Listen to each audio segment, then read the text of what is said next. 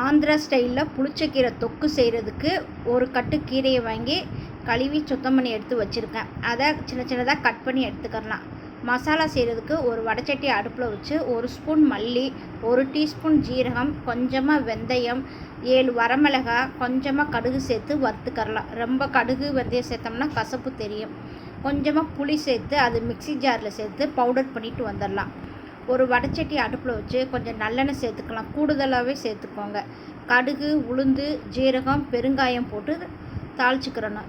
2 spoon கடலைப்பருப்பு, 2 வரமிளகாய் கிள்ளி வச்சுருக்கிறேன், அதையும் சேர்த்துக்கிறணும். கருவேப்பிலை கொஞ்சம் சேர்த்து 5-6 பூண்டு பல்லை தட்டி வச்சுருக்கேன், அதையும் சேர்த்து எண்ணெயில் வதக்கிக்கலாம்.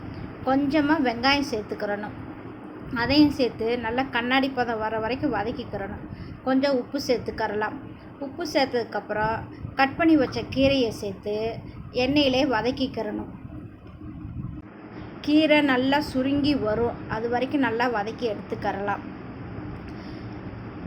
நல்லா சுருண்டு வரும்போது மிக்சியில் பவுடர் பண்ணி வச்ச மசாலாவையும் சேர்த்துக்கிறணும்.